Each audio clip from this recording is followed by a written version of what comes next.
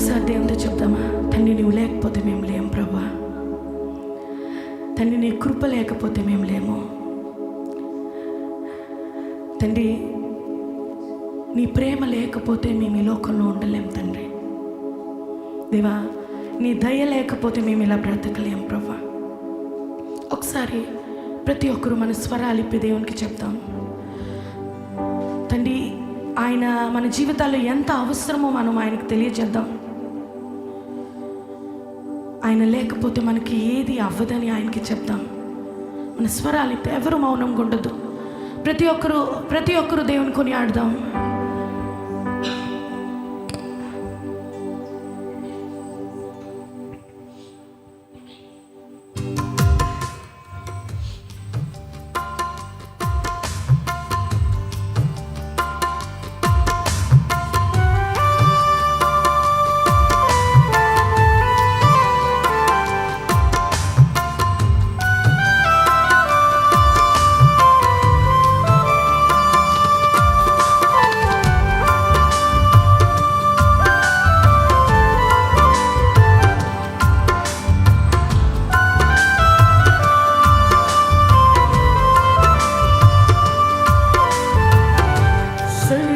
కృపానిధి మా పరమ కుమారి, నీ చేతిలోనే మా జీవమున్నది. సర్వ కృపానిధి మా పరమ కుమారి, నీ చేతిలోనే మా జీవమున్నది.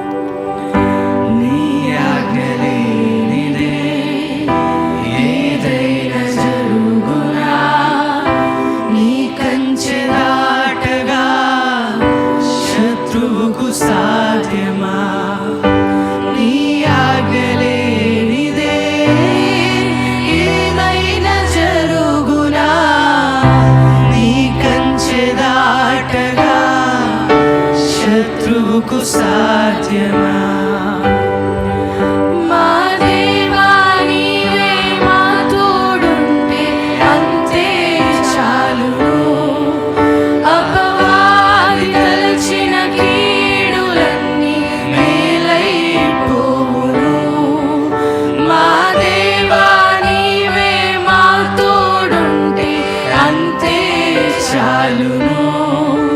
అపవాది తలచిన కీడులన్నీ మేలైపోవును.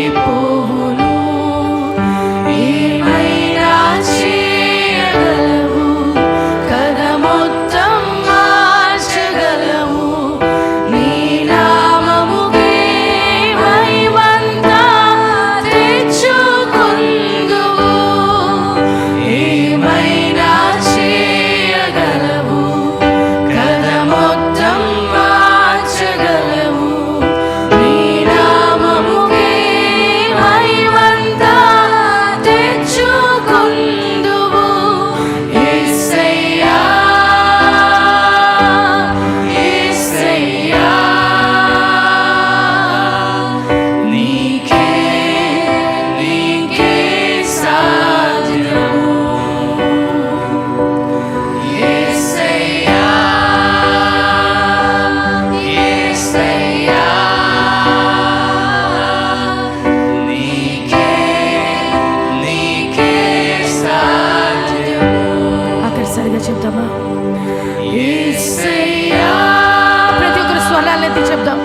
యేసయ్యా నీకే సాధ్యము. యేసయ్యా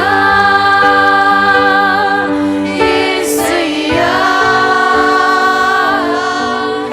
నీకే సాధ్యము. నిజమే ప్రభువా,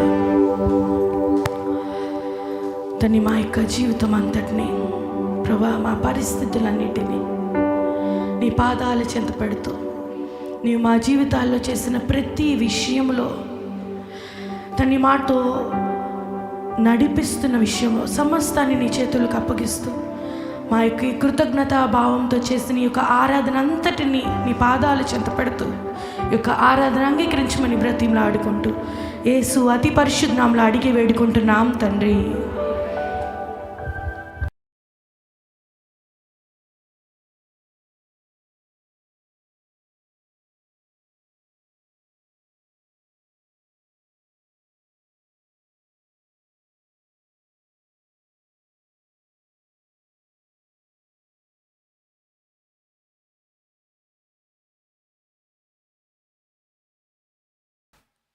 ఆపత్కాలమందు యెహోవా నీకు ఉత్తరమిచ్చునుగాక, యాకోబు దేవుని నామము నిన్ను ఉద్ధరించునుగాక.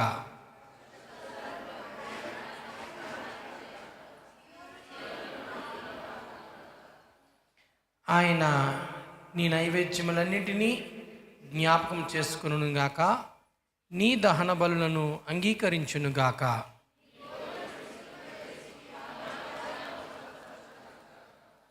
యెహోవా నీ రక్షణను బట్టి మేము జయోత్సాహం చేయుచున్నాము. మా దేవుని నామమును బట్టి మా ధ్వజము ఎత్తుచున్నాము. నీ ప్రార్థనలనియు యెహోవా సఫలపరచునుగాక.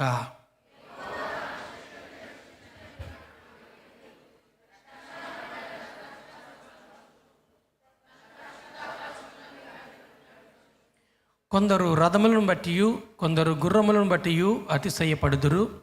మనమైతే మన దేవుడైన యెహోవా నామమును బట్టి అతిశయపడుదుము.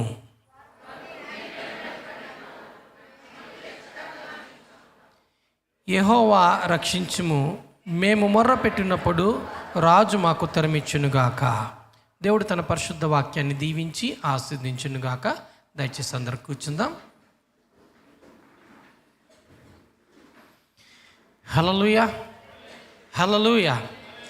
దేవుని యొక్క మహాకృపను బట్టి మరి ఒక్కసారి ఆయన సన్నిధానంలో చేరి దేవుని స్తుతించి ఆరాధించి ఆయన నామాన్ని గణపరచడానికి దేవుడిచ్చిన గొప్ప తరుణాన్ని బట్టి దేవాది దేవునికి వందనాలు తెలియచేస్తూ మరొకసారి మిమ్మల్ని అందరినీ ప్రేమతో ఆహ్వానిస్తున్నాను.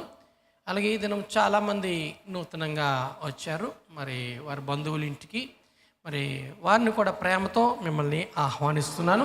అలాగే ప్రత్యేకంగా మరి డైరెక్టర్ గారు మరి అల్లుడు రాజా గారిని, అర్చన గారిని, అలాగే అభి అండ్ కీర్తనాన్ని కూడా ఈ దినము ఆహ్వానిస్తున్న. చక్కగా మరి యుఎస్ నుండి వచ్చారు, మరి మనతో కొంతకాలం ఇక్కడ ఉంటారు.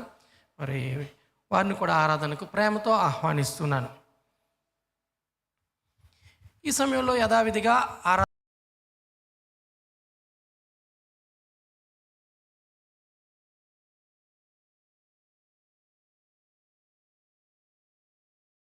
అలాగే ప్రతి శుక్రవారము సాయంత్రం 6 గంటలకు ఉపవాస కూడుకుంటుంది. ప్రతి ఒక్కరూ ప్రార్థనాపూర్వకంగా మరి ఉపవాసం ఉంటూ పాల్గొనవలసిందిగా కోరుతున్నాను. అలాగే సోమవారం నుండి శుక్రవారం వరకు సాయంత్రం 4 నుంచి 6 వరకు నిశ్శబ్ద ప్రార్థన సమయాలు, మరి మందిరం ఆ సమయంలో తెరిచి ఉంటుంది. మరి ప్రతి ఒక్కరూ వచ్చి మరి ఆ సమయాలలో మీరు వ్యక్తిగతంగా ప్రభుతో గడపాలని మిమ్మల్ని ఆహ్వానిస్తున్నాం. దేవుడు ఆయన సన్నిధికి వచ్చి ప్రార్థన చేసిన ప్రార్థనలు ఆయన అంగీకరించే దేవుడు. హన్నా కూడా అదే విధంగా వచ్చింది, ఒంటరిగా మరి దేవుని సన్నిధిలో మొరపెట్టింది. దేవుడు తన జీవితంలో గొప్ప కార్యాన్ని చేస్తాడు. అలాగే మీ జీవితాల్లో కూడా తప్పకుండా ఆయన కార్యాలు చేస్తాడు. మీ ఆ సమయాన్ని సద్వినియోగం చేసుకోవాల్సిందిగా కోరుతున్నాను. అలాగే ఈరోజు సాయంత్రం 6 గంటలకు ప్రపంచ ప్రార్థనా దినోత్సవము మరి మధురవాడ ప్రాంతంలో జరపబడుతుంది. స్థలం కార్షెడ్ జంక్షన్ ఆర్సిఎం గ్రౌండ్స్లో మరి జరపబడుతుంది కాబట్టి ప్రతి ఒక్కరు గమనించండి. మరి సాయంత్రం 6 గంటలకు మరి సంఘమంతా మరి అక్కడ పాల్గొనవలసిందిగా కోరుతున్నాను. ఇది సార్వత్రిక సంఘం యొక్క ప్రార్థన దినం కాబట్టి మరి మనందరం సంఘంగా కూడుకొని అక్కడ అనేక విషయాలు ప్రార్థించబోతున్నాం. అలాగే చక్కటి ఆరాధన, మంచి స్పీకర్ను కూడా మరి వారు పిలిచి ఉన్నారు. మరి దేవుని మంచి వర్తమానం కూడా మనం వినబోతున్నాం కాబట్టి ప్రతి ఒక్కరూ ప్రార్థనాపూర్వకంగా పాల్గొనవలసిందిగా కోరుతున్నాను. అలాగే ఈ సమయంలో కొన్ని విజ్ఞాపన ప్రార్థనలు ఉన్నాయి. వాటి బట్టి నేను కొన్ని తెలియచేస్తాను. వాటితో పాటు మీరు ఏకీభవించవలసిందిగా కోరుతున్నాను. అది నా నిమిత్తము ప్రార్థన చేద్దాం. మరి మనకి పీపీటీ హెల్ప్ చేస్తుంటుంది, అలాగే సింగింగ్లో ఉంటుంది. విజయశేఖర్ గారు కుమార్తె, మరి తనకి హార్ట్లో చిన్నప్పటి నుంచి చిన్న హోల్ ఉంది, బ్లూ హోల్ బేబీ. మరి అది నిన్నటి దినాన సర్జరీ జరిగింది. మరి చక్కగా ఉంది. 48 అవర్స్ అబ్జర్వేషన్లో ఉంచారు. మరి దేవుడు తనకి మంచి స్వస్థతను దయచేయలాగన ప్రభు సన్నిధిలో ప్రార్థన చేద్దాం. అలాగే శాంతమ్మ గారి కొరకు మనం ప్రార్థన చేసాం. మరి చక్కగా డిశ్చార్జ్ అయ్యారు, ఇంకా కోలుకోవాలి, తన కొరకు ప్రార్థన చేద్దాం. అలాగే రాజ్ కుమార్ గారి కొరకు కూడా ప్రార్థిస్తున్నాం. నిన్న రివ్యూకి వెళ్ళారు. మరి ఒక 2-3 వీక్స్ మరి ఆయన స్వస్థత పొందుకోవడానికి సమయం పడుతుందని డాక్టర్లు తెలియజేశారు. మీ వ్యక్తిగత ప్రార్థనలో మరి ప్రార్థించవలసిందిగా కోరుతున్నాను. అలాగే ప్రసాద్ గారు అత్తగారు, ఆమె కూడా చాలా సివియర్గా సిక్ అయ్యారు. మరి 4 స్టంట్స్ ఆ హార్ట్కి వేయడం జరిగింది. తన నిమిత్తం కూడా ప్రార్థన చేద్దాం. త్వరగా కోలుకునేలాగా ప్రార్థిద్దాం. హేమ మేడంని జ్ఞాపకం చేసుకుందాం, కోలుకుంటున్నారు. ఇంకా సంపూర్ణమైన ఆయురారోగ్య బలములు దయచేయలాగా ప్రార్థిద్దాం. అలాగే మహాలక్ష్మి గారు అత్తగారు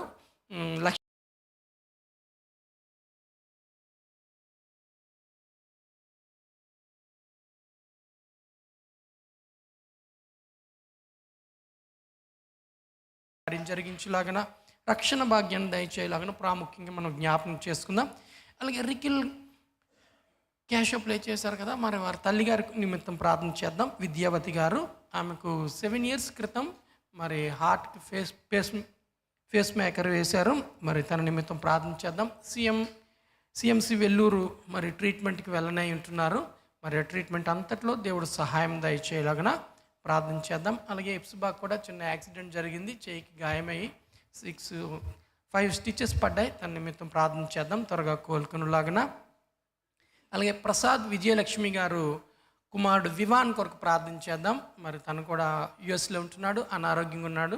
ఆ చిన్న అబ్బాయి కొరకు తన ఆరోగ్యం నిమిత్తము ప్రభు సన్నిధిలో ప్రార్థన చేద్దాం. అలాగే నీలకంఠం శ్రీదేవి గారు కుమారుడు తిమోతి, మరి ఇన్ఫోసిస్లో మరి జాబ్ వచ్చింది, మరి మంచి ప్యాకేజ్ వచ్చింది. తన నిమిత్తం ప్రార్థన చేద్దాం. మరి నిన్నటి దినాన్న మైసూర్ బయలుదేరి వెళ్ళాడు జాబ్ నిమిత్తమే. తన కొరకు మనం ప్రార్థనలో జ్ఞాపకం చేసుకుందాం. అలాగే జయలక్ష్మి గారి కుమారుడు రోషిని కుమార్ మరి జాబ్ నిమిత్తం ప్రయత్నం చేస్తున్నాడు, తన నిమిత్తం జ్ఞాపకం చేసుకుందాం. అలాగే రికిల్ బ్రదరు సాత్విక్ సివిల్ సర్వీస్లో ఈరోజు ఎగ్జామ్ రాయబోతున్నాడు, సివిల్ సర్వీస్ ఎగ్జామ్ రాయబోతున్నాడు ఈ దినము. మరి దేవుడు మంచి జ్ఞానాన్ని దయచేసి మంచి పొజిషన్లో బిడ్డను నిలబెట్టలాగా జ్ఞాపకం చేసుకుందాం. అలాగే ప్రసాద్ మల్లేశ్వర గారు కుమారుడు ప్రశాంత్, మరి కొంత విరామం తర్వాత మరలా మరి తన జాబ్లో జాయిన్ అయి ఉంటున్నాడు. తన నిమిత్తం ప్రార్థన చేద్దాం. మరి మెరైన్ ఇంజనీర్గా జాయిన్ అవుతున్నాడు.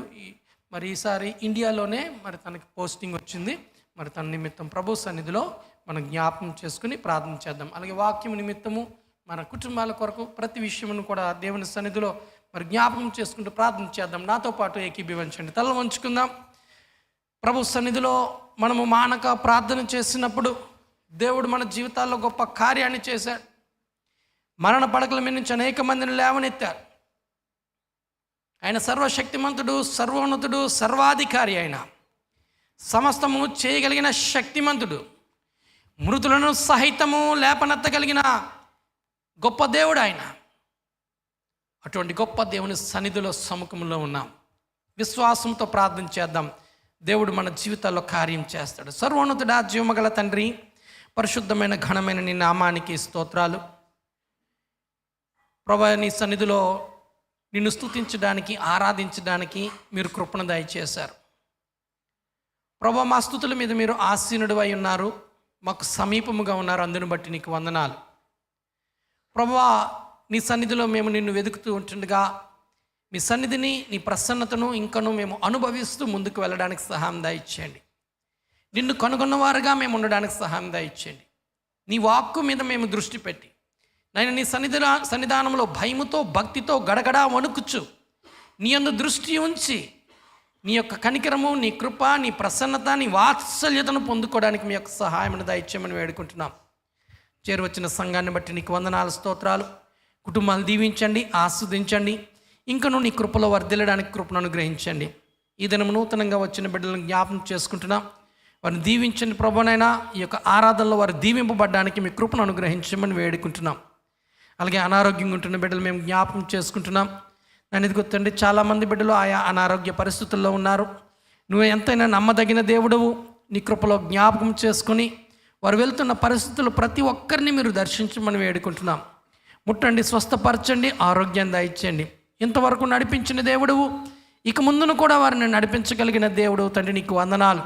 ఎటువంటి పరిస్థితుల్లో మేము నాయన అవిశ్వాసానికి చోటు ఇవ్వకుండా ప్రభా, విశ్వాసముతో నీ వైపు మా కనులు ఎత్తుతూ ప్రభునైనా మా బిడ్డల జీవితాల్లో గొప్ప కార్యాలను మేము చూడడానికి మీ యొక్క సహాయమును దయచేయమని బ్రతిమాలి వేడుకుంటున్నాం. నువ్వెంతైనా నమ్మదగిన దేవుడు. ఎవరెవరైతే ఏ ట్రీట్మెంట్ గుండా వెళ్తున్నారో వారందరినీ జ్ఞాపకం చేసుకోండి. డాక్టర్లని నీ ఆధీనంలో తీసుకురండి, పరిస్థితులను నీ ఆధీనంలో తీసుకురండి. ఇగో ప్రభా, బిడ్డలకు మంచి దానికి క్షేమకరంగాను ఆరోగ్యకరంగాను నేను జరిగించి ఒకనొక దినమును మేమందరము కలిసి నీ మందిర ఆవరణంలో నిన్ను స్తుతించి నిన్ను ఆరాధించే భాగ్యాన్ని దయచేయమని వేడుకుంటున్నాం. అలాగే నేను ఉద్యోగ ప్రయత్నాలు చేస్తున్న బిడ్డలను మేము జ్ఞాపకం చేసుకుంటున్నాం. చక్కటి నడిపింపును అనుగ్రహించండి, జ్ఞానాన్ని అనుగ్రహించండి ప్రభు. ఇదిగో తండ్రి, మరి ఎగ్జామ్స్ రాస్తున్న బిడ్డలు మేము జ్ఞాపకం చేసుకుంటున్నాం. నేను చక్కగా వ్రాసి నేను ఇదిగో తండ్రి మంచి పొజిషన్లో వారు ఉండడానికి సహాయం దయచండి. ఎవరికైనా నువ్వు జ్ఞానం కొద్దుగా ఉన్న ఎడల వారు దేవుణ్ణి అడుగువలన నీ వాక్యం సెలవిస్తుంది ప్రభు. నైనా నిన్ను అడిగి జ్ఞానాన్ని పొందుకొని ఇదిగో తండ్రి మా బిడ్డలు ఉన్నతమైన స్థానంలో నేను ఇదిగో తండ్రి ఉండడానికి మీ కృపను అనుగ్రహించమని వేడుకుంటున్నాం. అలాగే తండ్రి, నూతనంగా మీరు అనుగ్రహించిన జాబ్స్ని బట్టి కూడా నీకు వందనాలు ప్రభా. మా యవన బిడ్డలు నేను అభివృద్ధి చెందుతూ ఉన్నారు తండ్రి, నీకు వందనాలు, స్తోత్రాలు. అందుని బట్టి మీకు కృతజ్ఞతాస్తులు చెల్లిస్తున్నాం. ఇంక నువ్వు మా బిడ్డలను నువ్వు జ్ఞాపకం చేసుకోండి. అంచెలంచెలుగా ఉన్నతమైన స్థానంలో మా బిడ్డలు ఉండడానికి మీ యొక్క సహాయమును అనుగ్రహించమని వేడుకుంటున్నాం ప్రభా. నీకు వందనాలు. నేను ఇదిగో తను తిమోతిని జ్ఞాపకం చేసుకోండి, ప్రశాంత్ని జ్ఞాపకం చేసుకోండి. నేను వారి ఉద్యోగాల్లో నేను ఉన్నతమైన స్థితిలో వారు ఉండడానికి మీ యొక్క సహాయమును దయచేయమని వేడుకుంటున్నాం. సాత్వికని జ్ఞాపకం చేసుకోండి. ఎగ్జామ్ సివిల్ సర్వీస్ రాయనైంటుండగా నీ జ్ఞానంతో నింపి చక్కగా వ్రాయడానికి కృపను దయచేయండి. రోషిని కుమార్ నేను ఇదిగో తండ్రి మరి జాబ్స్ కొరకు ప్రయత్నం చేస్తున్నాడు, నీకు వందనాలు. నీ కార్యాన్ని జరిగించండి. అలాగే మా సంఘంలో చాలామంది బిడ్డలు నేను ఇదిగో తండ్రి స్థిరమైన ఉద్యోగాలకు ప్రయత్నం చేస్తున్నారు ప్రభునైనా. నువ్వు వారి పేర్లన్నీ తెలిసిన దేవుడు, వారి పరిస్థితులను ఎరిగిన దేవుడు. నీ కృపలో జ్ఞాపకం చేసుకుని నీ నిర్ణయ కాలంలో వారి జీవితాల్లో కార్యాన్ని చేసి పెట్టమని బ్రతిమాలి వేడుకుంటున్నాం. నేను నీ వాక్యం ఒక్కటి మమ్మల్ని ధైర్యపరచగలదు నైనా. నీ వాక్యం ఒక్కటి మమ్మల్ని నడిపిస్తుంది ప్రభా. నీ వాక్యం ఒక్కటే మమ్మల్ని సరి అయిన మార్గంలో తీసుకువెళ్తుంది ప్రభా. అటు దివ్యమైన వాక్కును మేము నేను ఇదిగో తండ్రి మా హృదయంలో భద్రపరుచుకొని వాక్యానుసారంగా మా జీవితాలను జీవిస్తూ ప్రభునైనా మా భవిష్యత్తును చక్కగా నిర్మించుకోవడానికి కృపను దయచేయండి. నీ ఆజ్ఞకు లోబడకుండా, నీ చిత్తము నెరవేర్చకుండా, నీ మాట వినకుండా ప్రభునైనా మేము ఏమి కార్యాన్ని చేయలేం ప్రభునైనా. ఇదిగో తండ్రి, నీకు విరోధంగా ఉండి మేము ఏమీ సాధించలేం ప్రభునైనా. నీకు లోబడుతూ, నీ ఆజ్ఞకు లోబడుతూ, నీ చిత్తాన్ని నెరవేర్చి నీ నుండి గొప్ప కార్యాలు పొందుకోవడానికి కృపను దయచేయండి. అలాగే నీ దాసుని మరుగుపరచండి నైనా. నీ దాసుని నన్ను ఇదిగో తండ్రి మరుగుపరిచి నీ దాసుని ద్వారా మాతో మాట్లాడమని బ్రతిమాలి వేడుకుంటున్నాం. అలాగే ప్రభునైనా రాజా గారు, అర్చన గారి కుటుంబానికి కొరకు ప్రార్థన చేస్తున్నాం ప్రభా.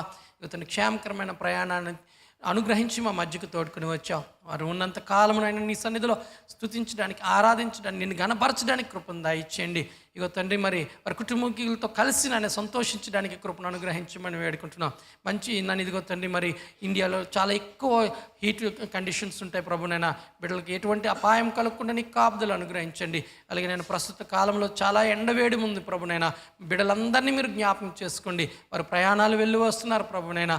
అలాగే తండ్రి వారు ఉద్యోగాల్లో ఉంటుండగా మీ యొక్క సహాయం దయచేయండి. ఎవరికి ఎటువంటి కీడు ఆపద కలగకుండా మీ యొక్క సహాయం దయచేయండి. అలాగే మా ప్రియులు చాలామంది నాయన ప్రయాణాలు వెళ్ళి ఉన్నారు ప్రభునైనా. ఇగో తండ్రి వారు స్వగృహాలకు వెళ్ళి ఉంటుండగా మీ కృపలో వారిని జ్ఞాపకం చేసుకోండి. నేను ఇదిగో రాకపోకలను మీ సన్నిధి మీ తోడు కాపుదలు అనుగ్రహించండి.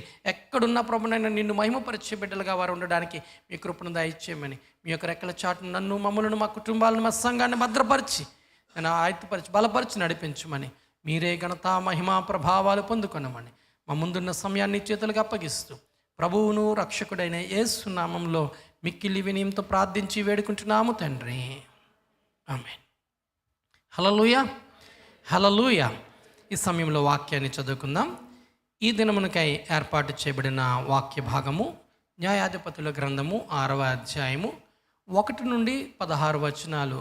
మన మధ్యనున్న స్టీఫెన్ కోటి గారు వచ్చి చదివి వినిపించవలసిందిగా కోరుతున్నాను.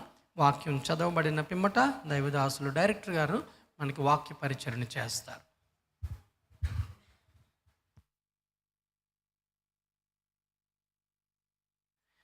అలాగే ఒక విషయాన్ని గమనించండి, మీ సెల్ ఫోన్స్ను సైలెన్స్లో పెట్టుకోనండి. అలాగే చిన్నపిల్లలు, సండే స్కూల్ చిల్డ్రన్, మీరు అటు ఇటు మూవ్ అవ్వకూడదు. అలాగే కొంతమంది తల్లిదండ్రుల దగ్గర మీ పిల్లలు ఉన్నారు, వాళ్ళని అటు ఇటు తిరగనివ్వకుండా, మరి సర్వీస్లో ఎటువంటి డిస్టర్బెన్స్ కలగకుండా మీరు చూసుకోవాల్సిందిగా కోరుతున్నాను. ఈ దినమునకై సిద్ధపరచబడిన వాక్య భాగము న్యాయాధిపతుల గ్రంథము 6వ అధ్యాయము 1 నుంచి 16 వరకు చదువుకుందామండి. ఇశ్రాయేలీయులు దేవుని దృష్టికి దోషులైనందున యెహోవా 7 ఏండ్లు వారిని మిద్యానీయులకు అప్పగించెను. మిద్యానీయుల చెయ్యి ఇశ్రాయేలీయుల మీద హెచ్చాయను గనుక వారు మిద్యానీయుల ఎదుట నిలవలేక కొండలోనున్న వాగులను, గుహలను, దుర్గములను తమకు సిద్ధపరచుకొనిరి. ఇశ్రాయేలీయులు విత్తనములు విత్తిన తరువాత మిద్యానీయులను, అమాలేకీయులను తూర్పున నుండి వారును తమ పశువులను, గుడారములను తీసుకొని మిడతల దండంత విస్తారముగా వారి మీదికి వచ్చి వారి ఎదుట దిగి గాజాకు పోవునంత దూరము భూమి పంటను పాడు చేసి ఒక గొర్రెను కానీ, ఎద్దును కానీ, గాడిదను కానీ, జీవన సాధనమైన మరి దేనిని కానీ ఇశ్రాయేలీయులకు ఉండనీయలేదు. వారును వారి ఒంటెలను లెక్కలేక ఉండెను. దేశమును పాడు చేయుటకు వారు దానిలోనికి వచ్చిరి. ఇశ్రాయేలీయులు మిద్యానీయుల వలన మిక్కిలి హీన దశకు వచ్చినప్పుడు వారు యెహోవాకు మొరపెట్టిరి. మిద్యానీయుల వలన బాధను బట్టి ఇశ్రాయేలీయులు యెహోవాకు మొరపెట్టగా యెహోవా ఇశ్రాయేలీయుల యొద్దకు ప్రవక్తనొకని పంపెను. అతడు వారితో ఇలాగు ప్రకటించెను: ఇశ్రాయేలీయుల దేవుడైన యెహోవా సెలవిచ్చున్నదేమనగా, నేను ఐగుప్తులో నుండి మిమ్మల్ని రప్పించి దాసుల గృహములో నుండి మిమ్మల్ని తోడుకొని వచ్చి తిని, ఐగుప్తీయుల చేతిలో నుండి మిమ్మల్ని బాధించిన వారందరి చేతిలో నుండి మిమ్మల్ని విడిపించి మీ ఎదుట నుండి వారిని తోలివేసి వారి దేశమును మీకు ఇచ్చి తిని, మీ దేవుడైన యెహోవాను నేనే. మీరు అమోరీయుల దేశమున నివసించుచున్నారు, వారి దేవతలకు భయపడకుడి అని మీతో చెప్పి తిని గాని మీరు నా మాట వినకపోతిరి. యెహోవా దూత వచ్చి అబీయెజ్రీయుడైన యోవాషునకు కలిగిన ఓఫ్రాలోని మస్తకి వృక్షం క్రింద కూర్చుండెను. యోవాషు కుమారుడైన గిద్యోను మిద్యానీయులకు మరుగైయుండునట్లు గానుగ చాటున గోధుమలను దొల్లగొట్టుచుండగా యెహోవా దూత అతనికి కనబడి, పరాక్రమము గల బలాఢ్యుడా, యెహోవా నీకు తోడై ఉన్నాడని అతనితో అనగా, గిద్యోను చిత్తము నా ఏలినవాడా, యెహోవా మాకు తోడై ఉండిన ఎడల ఇదంతయు మాకేలా సంభవించెను? యెహోవా ఐగుప్తులో నుండి మమ్మను రప్పించనని చెప్పుచు మా పితరులు మాకు వివరించిన ఆయన అద్భుత కార్యములన్నీ ఏమాయను? యెహోవా మమ్మను విడిచిపెట్టి మిద్యానీయుల చేతికి మమ్మను అప్పగించనని అతనితో చెప్పెను. అంతటా యెహోవా అతని తట్టు తిరిగి, బలము తెచ్చుకొనుము, వెళ్ళి మిద్యానీయుల చేతిలో నుండి ఇశ్రాయేలీయులను రక్షింపుము, నిన్ను పంపిన వాడను నేనే అని చెప్పగా, అతడు చిత్తము నా ఏలినవాడా, దేని సహాయం చేత నేను ఇశ్రాయేలీయులను రక్షింపగలను? నా కుటుంబము మనష్షే గోత్రంలో ఎన్నిక లేనిదే, నా పితరుల కుటుంబంలో నేను కనిష్ఠుడనై ఉన్నానని ఆయనతో చెప్పెను. అందుకు యెహోవా, అయిననేమి, నేను నీకు తోడైయుందును గనుక ఒకే మనుష్యుని హతము చేసినట్లు మిద్యానీయులను నీవు హతము చేయుదు అని సెలవిచ్చెను. దేవుడు ఈ పరిశుద్ధ భాగమును మన వినికిడిలో దీవించునుగాక.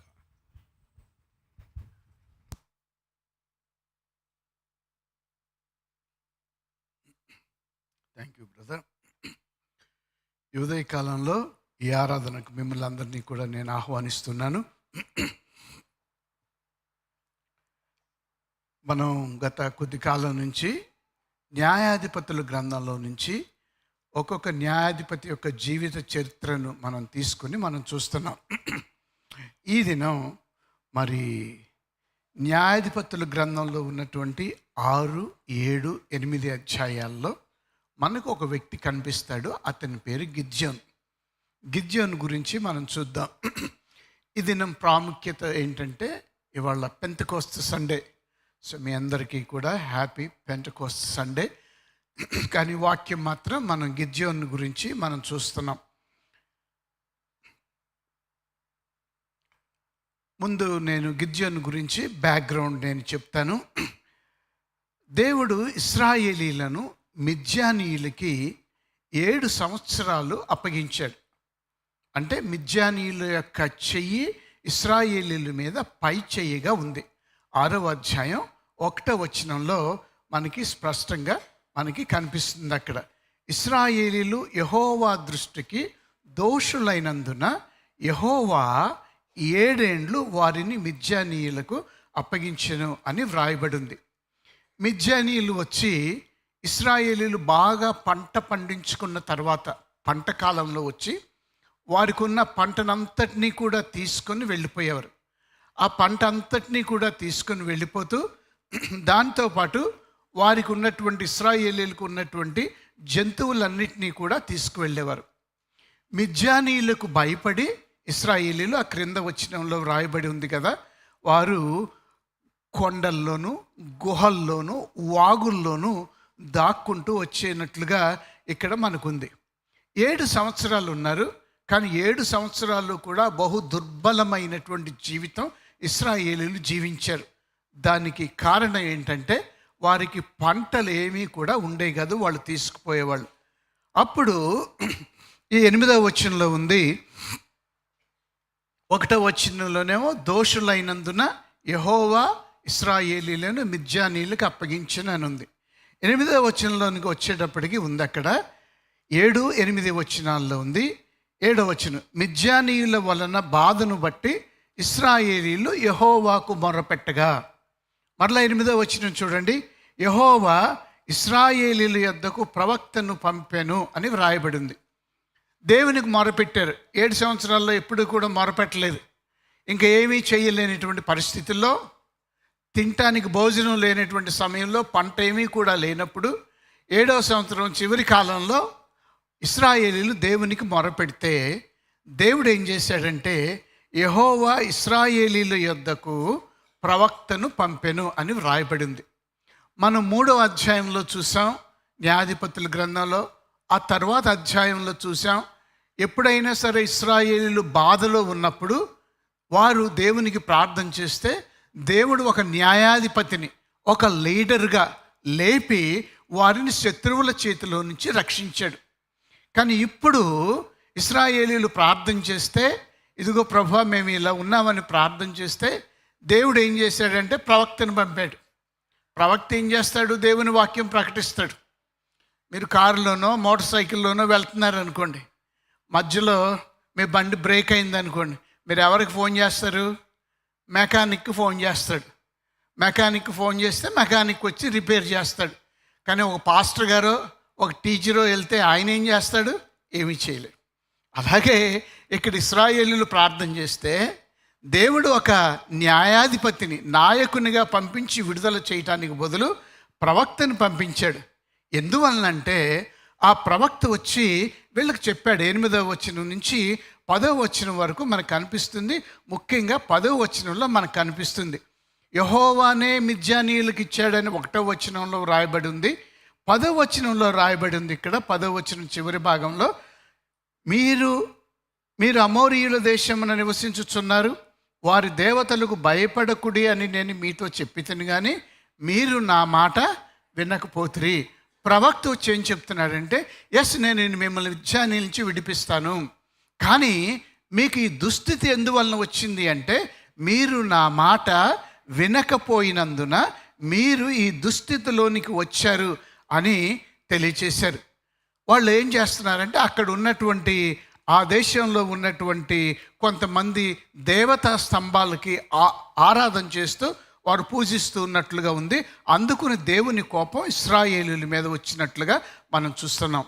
10వ వచనం వరకు మనకు బ్యాక్గ్రౌండ్ మనకు కనిపిస్తుంది. 11వ వచనంలో వచ్చేటప్పటికి ఈ గ్రంథకర్త కంప్లీట్గా సీన్ అంతటినీ కూడా చక్కగా వేరే దృష్టిలోనికి మరలుస్తూ ఉన్నాడు. 11వ వచనంలోనికి వెళదాం. ఇప్పుడు 11వ వచనంలో రాయబడింది, యెహోవా దూత వచ్చి, అప్పటి వరకు ప్రవక్త వచ్చాడు, అసలు మీకు ప్రాబ్లం ఏంటో అని ప్రవక్త తెలియచేశాడు, వెళ్ళిపోయాడు, అంత అక్కడితో అయిపోయింది. వాళ్ళకి అర్థమైంది. 11వ వచనం వచ్చేటప్పటికి అక్కడ రాయబడింది, యెహోవా దూత వచ్చి యోవాషునకు కలిగిన ఒఫ్రాలోని మస్తకి వృక్షం కింద కూర్చుండెను. యోవాషు కుమారుడైన గిద్యోను మిద్యానీయులకు మరుగయ్యుండునట్లు గానుగ చాటున గోధుమలను దల్లగొట్టుచుండగా అని వ్రాయబడింది. ఇప్పుడు యెహోవా దూత వచ్చి గిద్యోను అనేటువంటి వ్యక్తితో మాట్లాడుతున్నాడు. ఈ దినం నేను మాట్లాడేటువంటి అంశం ఏంటంటే గిద్యోను విక్టరీ త్రూ బ్రోకెన్నెస్, విరిగిన స్థితి ద్వారా దేవుని విజయం. ఈ 3 అధ్యాయాల్లోనూ 6, 7, 8 అధ్యాయాల్లోనూ కూడా ఇదే మనకు అనిపిస్తుంది. విరిగిన స్థితి ద్వారా దేవుని యొక్క విజయం. ఏంటి విరిగిన స్థితి అంటే చక్కగా గ్రంథకర్త చాలా చక్కగా వివరిస్తున్నాడు. 6వ అధ్యాయంలో దేవుని దూత వచ్చినప్పుడు గిద్యోను దగ్గరికి, ఇదిగో గిద్యోను, నీ ద్వారా దేవుడు ఇశ్రాయేలును విడిపిస్తాడు అని చెప్తే, ఇక్కడ గిద్యోను అంటాడు, అయ్యో ప్రభువా, నాకేముంది, నేను బలము లేని వాడిని కదా అని అతడు చెప్పినట్లుగా చూస్తున్నాం.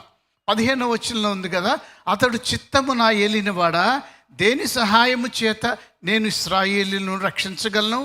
నా కుటుంబం మనష్షే గోత్రంలో ఎన్నిక లేనిదే, నా పితరుల కుటుంబంలో నేను కనిష్ఠుడై ఉన్నానని ఆయనతో చెప్పాను.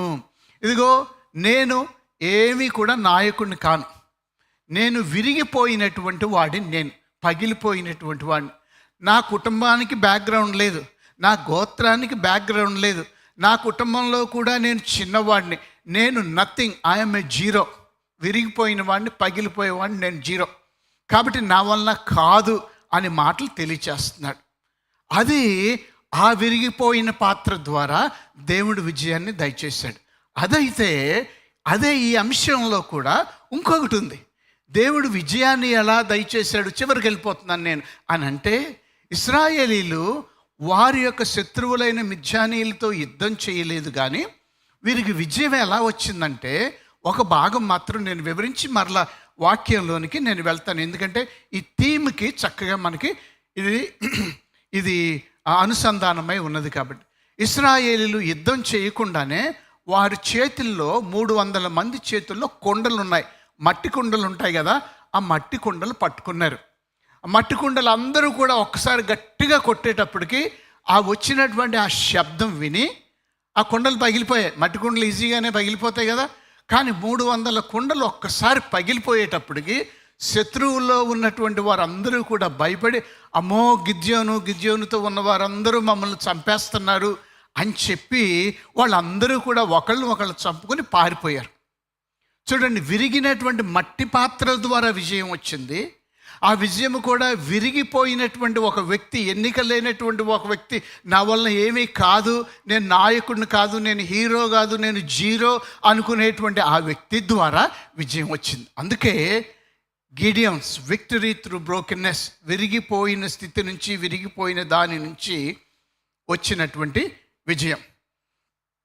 గిదియోను అంటే అర్థం ఏంటంటే మలచేవాడు లేక పడగొట్టేవాడు అనే అర్థం. ఇంగ్లీష్లో హ్యాకర్ అంటారు, పడగొట్టేవాడు అనే అర్థం. ఎందుకని వచ్చిందంటే ఇతడు ఇశ్రాయేలీలు దేశంలో ఉన్నటువంటి బయలు దేవత యొక్క విగ్రహాన్ని దేవుడు విరగ్గొట్టాడు. దాని సంగతి మరల తర్వాత యాక్చువల్గా వచ్చినప్పుడు మనం చూద్దాం. 3 విషయాలు ఈ ఉదయకాలంలో నేను తెలియచేయాలని అనుకుంటున్నాను. మొట్టమొదటి విషయం, God chooses Gideon the weak man. బలహీనుడునైనటువంటి గిడియోన్ని దేవుడు ఎన్నుకున్నాడు. మనం ఇప్పటికే చూసాం, గిడియోన్ చెప్తున్నాడు, నా వల్ల ఏమీ కాదు, నా కుటుంబం అంతా కూడా నేను బలహీనుడు, ఐఎమ్ వీక్ పర్సన్. కానీ గొప్ప సంగతి ఏంటంటే దేవుడు ఎన్నుకున్నాడు. బలహీనుడైన గిద్యోన్ని దేవుడు ఎన్నుకున్నాడు. రెండవది 7వ అధ్యాయంలో మొదటి 13 వచనాల్లోనూ మనకు కనిపిస్తుంది గాడ్ స్ట్రాటజీ ఫర్ వార్.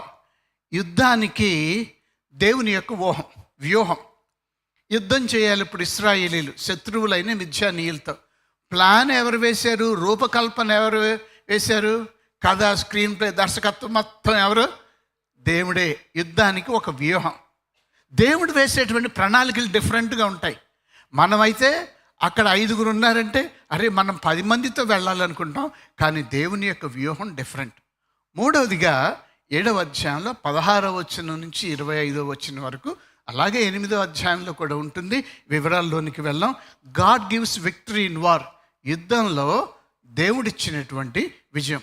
జాగ్రత్తగా చూడండి. ఈ అవుట్లైన్లో ప్రతి దాంట్లోనూ కూడా కేంద్ర బిందువు ఎవరంటే దేవుడు. బలహీనుడైన గిద్యోన్ని ఎవరు ఎన్నుకున్నారు? దేవుడు ఎన్నుకున్నాడు.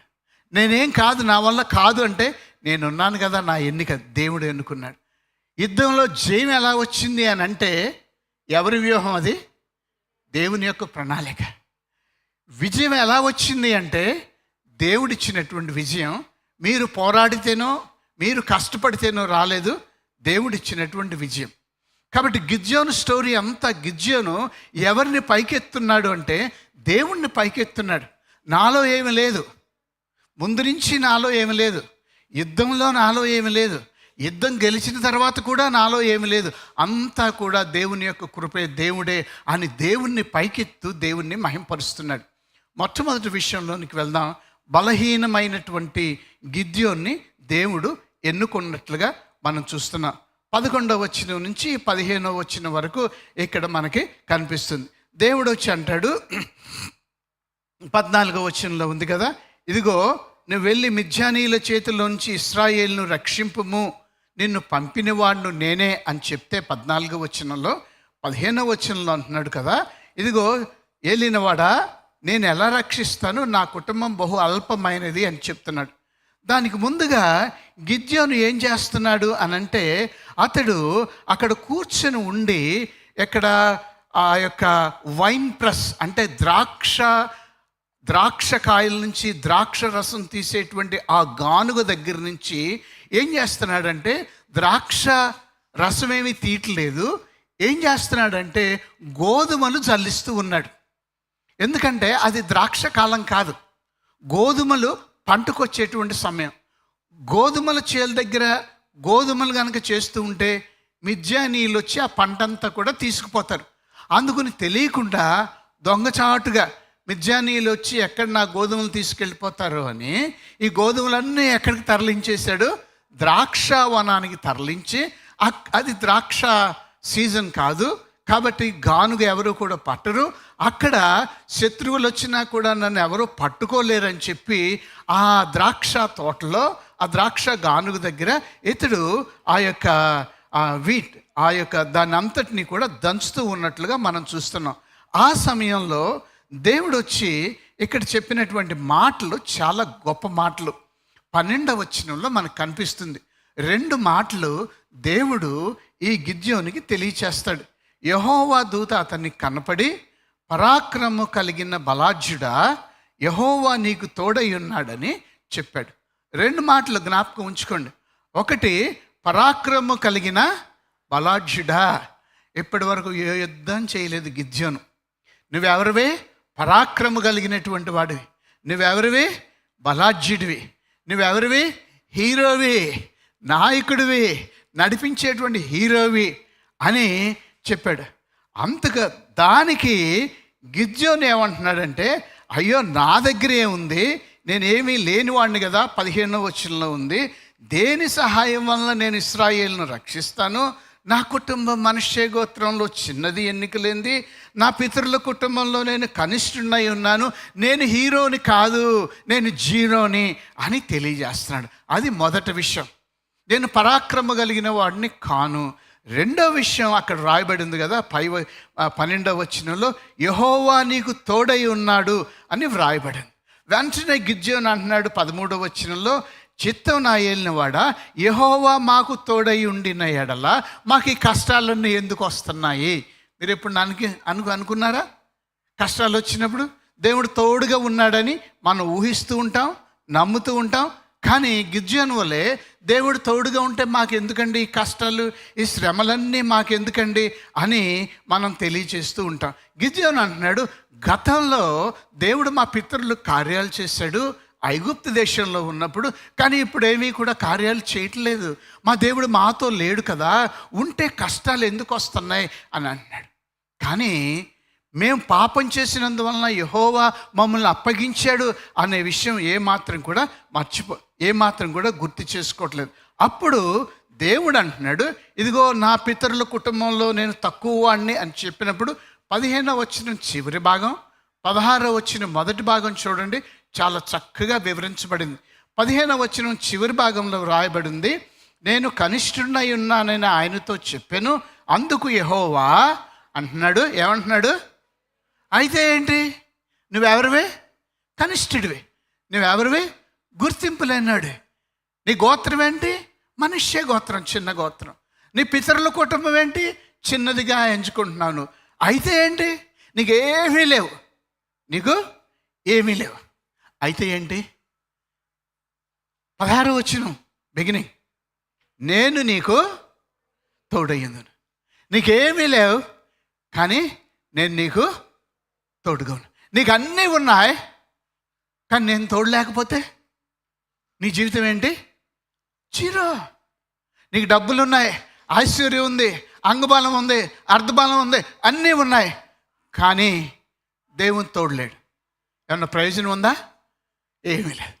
చక్కగా గ్రంథకర్త చాలా బ్రహ్మాండంగా రాశాడు. ఇక్కడ 15వ వచనం చివరి భాగంలో అంటున్నాడు కదా, అందుకు యెహోవా, అయితే ఏంటి? నీకేమీ లేకపోతే ఏంటి?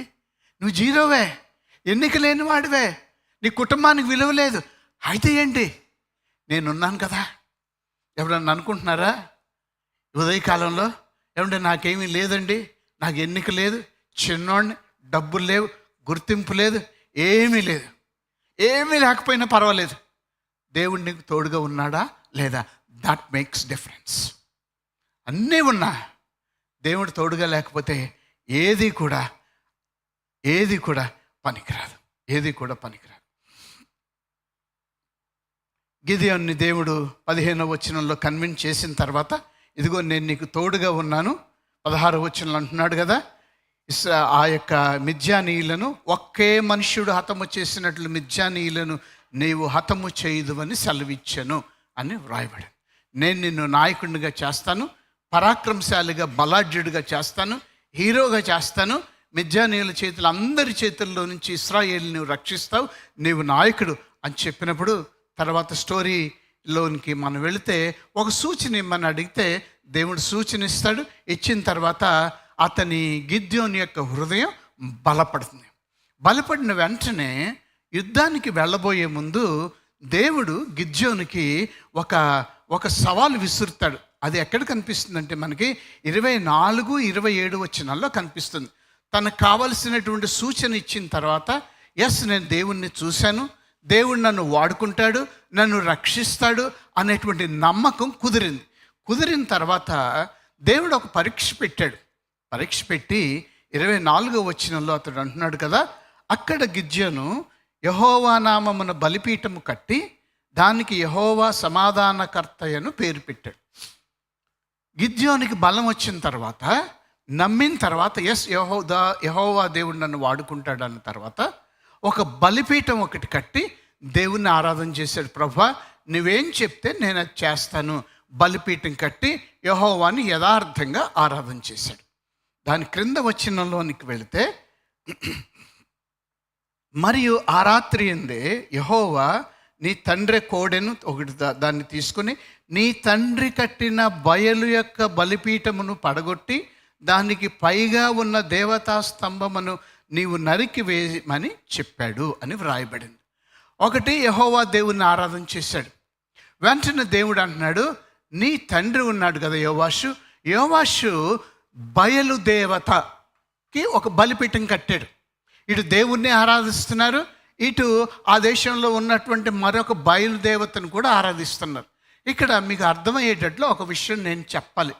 బయలు దేవత అంటే మేల్ గాడ్, పురుషుడు. బయలు దేవుడు. అతన్ని ఎందుకు ఆరాధన చేశారంటే యుద్ధంలో గెలవటానికి, తర్వాత బలం కలిగి ఉండటానికి, తర్వాత తను సాక్రిఫైస్ కోరుకునేవాడు. పిల్లల్ని బలి ఇచ్చేటువంటి ఆచారం ఒకటి ఉండేది. అతనికి వ్యతిరేకంగా లేకపోతే అతనితో పాటు మరి అషేరు దేవత అనేది ఉండేది. వీరిద్దరూ కాకుండా మొలేక్ అని మరొక దేవత ఈ కానాను దేశంలో ఉన్నటువంటి ఈ ముగ్గురు కూడా చాలా ఫేమస్. అషేరు దేవతను పూజించడం ద్వారా మా పాడి పంటలన్నీ బాగుంటాయి, మా పొలాలు బాగుంటాయి, మా బిడ్డలు బాగుంటారు అని. మొలేకు దేవతకి ఏం చేసేవాళ్ళంటే ఆ విగ్రహానికి చిన్న బిడ్డలు, మొట్టమొదటగా పుట్టినటువంటి మగబిడ్డను వాళ్ళు బలి ఇచ్చేసేవాళ్ళు. ఇది నేను కథ చెప్పట్లేదు. 20వ శతాబ్దంలో ఆర్కియాలజిస్ట్ వెళ్ళి అక్కడ కనుగొన్నప్పుడు లక్షల యొక్క చిన్న బిడ్డల యొక్క అవయవాలు వాళ్ళకి కనిపించాయి. లక్షలు. మగబిడ్డ పుట్టిన వెంటనే 5, 6, 7, 8 ఒక నెల రోజుల్లోపే తీసుకొచ్చి అక్కడ యాజకునికి ఇస్తే ఆ యాజకుడు ఏం చేసేవాడంటే తల్లిదండ్రులు దూరంగా ఉండమని సలసల కాగేటువంటి ఆ బొగ్గుల్లోనికి చిన్న బిడ్డల్ని విసిరేసేవాళ్ళు, బలిచ్చేటువంటి వాళ్ళు చిన్న బిడ్డల్ని. అందుకే దేవుడు అబ్రహాముకి ఆ కానాను దేశం అంతా కూడా చూపించి అంటున్నాడు, 400 సంవత్సరాలు నీ సంతానం వాళ్ళు ఐగుప్తు దేశంలో బానిసలుగా ఉన్న తర్వాత ఈ దేశాన్ని నేను మీకు ఇస్తాను, కానాను దేశం. ఎందుకంటే వారి పాపం అప్పటికి పరిపక్వం అవుతుంది. అది దేవుడు శిక్షించేటువంటి శిక్షణ విధానం. అది దేవుడు అందరినీ శిక్షిస్తాడు, ఇశ్రాయేలును కూడా శిక్షించాడు అదేవిధంగా. అలాగే వీరి పాపం బహుగా వచ్చింది కాబట్టి పంటలు బాగా పండలేదనుకోండి, మొదటి బిడ్డతో ఆగిపోయేది కాదు, తీసుకొచ్చి మరొక బిడ్డని బలిగా ఇచ్చేసేటువంటి వాడు. నరబలి కోరుతుంది అంటారు ఇప్పటికి కూడా కొంతమంది, మీకు తెలుసో లేదో. నరబలి కోరుతుంది. మా ఊర్లో 2 చెరువులు ఉండే, పెద్ద చెరువు చిన్న చెరువు అని. పెద్ద చెరువులు ఎప్పుడు నీళ్లు ఉండే, ఎంత తోడినా ఉండే. చాలామంది ప్రతి సంవత్సరం ఎవరో ఒకరు చచ్చిపోయేవాళ్ళు. మన ఆయనమ్మ చెప్పేది, బలి కోరుకుంది ఆ చెరువు, అందుకే చచ్చిపోయాడు అనేది. సరే, మనకు కూడా ఈ కాన్సెప్ట్లు ఉన్నాయి. బలి కోరటం, కొత్తగా బిల్డింగులు కడుతున్నారు అనుకోండి, ఒక్కోసారి బలి ఇచ్చేసేసేటువంటి వాళ్ళు మన దేశంలో కూడా ఇస్తూ ఉంటారు, ఇంకా ఇస్తూ ఉంటారు. అలాగే వీళ్ళ దేశంలో చిన్న బిడ్డలను బలిగా ఇచ్చేటువంటి వాళ్ళు. కాబట్టి ఈ బయలుదేవతని ఇక్కడ గిద్యోను ఏమంటున్నాడంటే, నీవు నాకు బలిపీఠం కట్టి నన్ను ఆరాధించావు, కానీ మీ తండ్రి కట్టినటువంటి బయలుదేవతకు ఒక బలిపీఠం ఉంది. మీరు ఈ దేశంలోకి వచ్చిన తర్వాత ఆ బయలుదేవతలన్నీ నాశనం చేశారు. కానీ మరలా మీ తండ్రి ఏం చేశాడు, ఇప్పుడు ఒక బయలుదేవతకి ఒక మరి స్తంభాన్ని మీరు కట్టారు కాబట్టి, బలిపీఠాన్ని కట్టాడు కాబట్టి నువ్వేం చేస్తావంటే యుద్ధానికి వెళ్ళకముందు ఆ బలిపీఠాన్ని కాస్త తీసివేసే, పడగొట్టమని చెప్తే అతడు పగలు వెళ్ళటానికి భయపడి రాత్రిపూట వెళ్ళి ఏం చేశాడు, ఆ బయలు దేవత విగ్రహాన్ని, ఆ బలిపీఠాన్ని పడగొట్టాడు. పడగొట్టిన తర్వాత ప్రొద్దున్నే అయిపోయిన తర్వాత ఆ దేశ ప్రజలందరూ, ఆ ఊరు వాళ్ళందరూ కూడా వచ్చి గిద్యోను తండ్రి అయినటువంటి యోవాషు దగ్గరికి వచ్చి, ఇదిగో నీ కుమారుడు ఈ బయలుదేవత విగ్రహాన్ని పడగొట్టాడు, తీసుకురా మేము శిక్షించాలంటే తండ్రి చాలా చక్కగా మాట్లాడి, బయలుదేవత శక్తి కలిగింది కదా, మీరెందుకు బయలుదేవతకు సహాయం చేయాలి, బయలుదేవతే శిక్షిస్తుంది కదా మా అబ్బాయి తప్పు చేస్తే అని వాళ్ళందరినీ కూడా పంపించాడు. అందుకే ఆ దినం నుంచి గిద్యోను పేరు ఏం పెట్టారంటే, మరొక పేరు యెరుబ్బయలు. బయలుదేవత తనే వాదించుకుంటుంది, మీరు ఎవరు వాదించుకోండి. గిద్యోనికి 2 పేర్లు, గిద్యోను, యెరుబ్బయలు. ఆ 2 పేర్లు కూడా ఉన్నాయి. ఈ విషయంలో మనం ఏమి నేర్చుకోవాలి అని అంటే, ఇశ్రాయేలు చూడండి, 2 బలిపీఠాలు. దేవునికి ఒక బలిపీఠం ఉంది, యెహోవా దేవునికి, బయలుదేవతకి ఒక బలిపీఠం ఉంది. మనం అనుకుంటాం చాలాసార్లు, మా జీవితాల్లో ఏమీ బలిపీఠాలు లేవండి, ప్రభువుని మాత్రమే మేము ఆరాధిస్తున్నాం అనుకుంటున్నాం. కానీ గిద్యోను దేవుని మాటకు లోబడి విధేయుడై, ఇదిగో నీవు ఆ బయలుదేవత ఆ విగ్రహాన్ని నువ్వు తీసివేసే, ఆ బలిపీఠాన్ని నువ్వు కూల్చివేసే అంటే, భయం వచ్చినప్పటికీ కూడా నేను దేవుని మాటకు లోబడాలి అని చెప్పి పరాక్రమ కలిగిన వాడు, దేవుడు నన్ను పరాక్రమవంతుడిగా చేశాడు, ఇశ్రాయేలుని విడిపించడానికి ఎన్నుకున్నాడని వెళ్ళి ఏం చేశాడు, రాత్రివేళ ఆ బలిపీఠాన్ని పడగొట్టేశాడు. దేవుని మాటకు లోబడి ఆ పని చేశాడు. కష్టమే, తిరుగుబాటు వస్తుంది, అయినప్పటికీ కూడా దేవుని మాటకు లోబడి ఆ పని చేశాడు. మన జీవితంలో కూడా యెహోవా దేవుని ఆరాధన చేస్తూ ఉంటాం, ప్రభువుని ఆరాధన చేస్తూ ఉంటాం. ఆయన మన కోసం చనిపోయాడు, ప్రాణం ఇచ్చాడు అనుకుంటూ ఉంటాం. కానీ మన జీవితంలో కూడా కొన్ని విగ్రహాలు కొన్ని వాటికి మనం బలిస్తూ ఉంటాం. దేవుడు ఒక పని చేయమని చెప్పాడు అనుకోండి, ఇదిగో మీరు సాక్షులుగా ఉండండి ఈ ప్రాంతంలో అని చెప్పారు అనుకోండి, మనం సాక్షులుగా ఉండటానికి దేవుడు చెప్పినప్పటికీ కూడా దేవుని మాటకు మనం విధేయులం కాము. మనం దేవుడు అంటాడు చర్చిలోనో లేకపోతే ఎక్కడో ఒక పని ఇచ్చి మీరు ఈ పని చేయండి, ఈ పని కోసం నేను మిమ్మల్ని పిలుస్తున్నాను అని చెప్తే అబ్బెబ్బెబ్బే అది నా పని కాదు, నేను చేయను, నువ్వు నాకు చెప్పినా సరే నేను వస్తాను, ఆరాధన చేసుకుంటాను, వెళ్ళిపోతాను, నీకు మాత్రమే ఆరాధన చేస్తాను, నువ్వు చెప్పింది నేను చేయను. గతంలో కొంతమందితో నేను మాట్లాడితే, ఏమండి మీరు దశం భాగాలు ఇవ్వట్లేదంటే వాళ్ళు చెప్పినటువంటి మాట ఏంటంటే, కమిట్మెంట్స్ ఉన్నాయండి మాకు, మేము ఇవ్వలేకపోతున్నామండి అని చెప్పారు. 10 సంవత్సరాల క్రితం వాళ్ళ కమిట్మెంట్స్ ఉన్నాయి, 10 సంవత్సరాలు అయిపోయినా కూడా కమిట్మెంట్స్ వచ్చినాయి, ఇంకో 10 సంవత్సరాలు అయిపోయినా కూడా వాళ్ళ కమిట్మెంట్స్ ఉంటాయి. ఇక్కడ కమిట్మెంట్స్ ప్రాబ్లం కాదు. ఇక్కడ నీవు యెహోవా దేవుణ్ణి పరిపూర్ణంగా ఆరాధన చేయలేక నువ్వేం చేస్తున్నావు, దేవుని మాటకు విధేయులు కాక దేవుని వాక్యం ఎలా చెప్తుంటే దానికి లోబడలేక దానికి నమ్మలేక నువ్వేం చేస్తున్నావు, వేరే బలిపీఠాలను నువ్వేం చేస్తున్నావు, నీ జీవితంలో నువ్వు అనుభవిస్తున్నావు. దేవుడు సహాయం చేయలేడా? దేవుని మాటకు నువ్వు లోబడితే చేస్తాడు కదా, చేస్తాడు. కానీ అర్థమైందా? మన బలిపీఠాలు, మన విగ్రహాన్ని కట్టాల్సిన పని లేదా? మన బలిపీఠాలు ఉన్న దేవుడు ఒక పని చెప్తే, దేవుని వాక్యంలో అది ఉంటే దాన్ని మనం డిస్ట్రాయ్ చేయకుండా ఏం చేస్తున్నామంటే మనం ఇష్టం వచ్చినట్లుగా మనకి ఏదైతే వస్తాం ఆరాధన చేసుకుంటాం. మిగిలిన కష్టమైన పని ఏమన్నా దేవుడు చెప్పాడు అనుకోండి, అబ్బెబ్బే అది మాత్రం మనం చేయం. మనం దేవునికి విధేయులమైనట్లుగానే ఉంటాం, కానీ విధేయులం కాము. దేవుని ఆరాధన చేసినట్లుగానే ఉంటాం, కానీ ప్రక్కన వేరే ఆరాధన మనం చేస్తాం. దేవునికి విధేయులం కాకపోతే అదే. సౌలు రాజుగా అయిన తర్వాత అమాలేకులందరినీ నాశనం చేయమన్నాడు. చేశాడా? విధేయుడు అయినట్టుగానే ఉన్నాడు. కానీ సమయంలో వచ్చి అడిగితే అంటాడు, అబ్బాయి దేవుని బలి కోసం శ్రేష్టమైన వాటిని. కానీ ఇక్కడ దేవుడు గిద్యోనికి చెప్తున్నాడు, నువ్వు ఆ బలిపీఠాన్ని నాశనం చేయి, నాకు ఆరాధన చేసావు అది నాశనం చేయి. ఒకటే బలిపీఠం ఉండాలి ఇశ్రాయేలుకి, నీకు ఒకటే ఉండాలి, నీ తండ్రి ఇంటి వాళ్ళకి ఒకటే ఉండాలి, మనకు ఒక్కటే ఉండాలి దేవుని వాక్యం. దేవుడు ఏం చెప్తాడు, కష్టమైన నష్టమైన నేను దేవుని వాక్యానికి లోబడి విధేయుడిని అవుతాను. అదొక్కటే మన బలిపీఠం. చేశాడు, పని అయిపోయింది. 2వ విషయంలోనికి మనం వెళదాం. 7వ అధ్యాయంలోనికి, నెక్స్ట్ చాప్టర్లోనికి వెళదాం.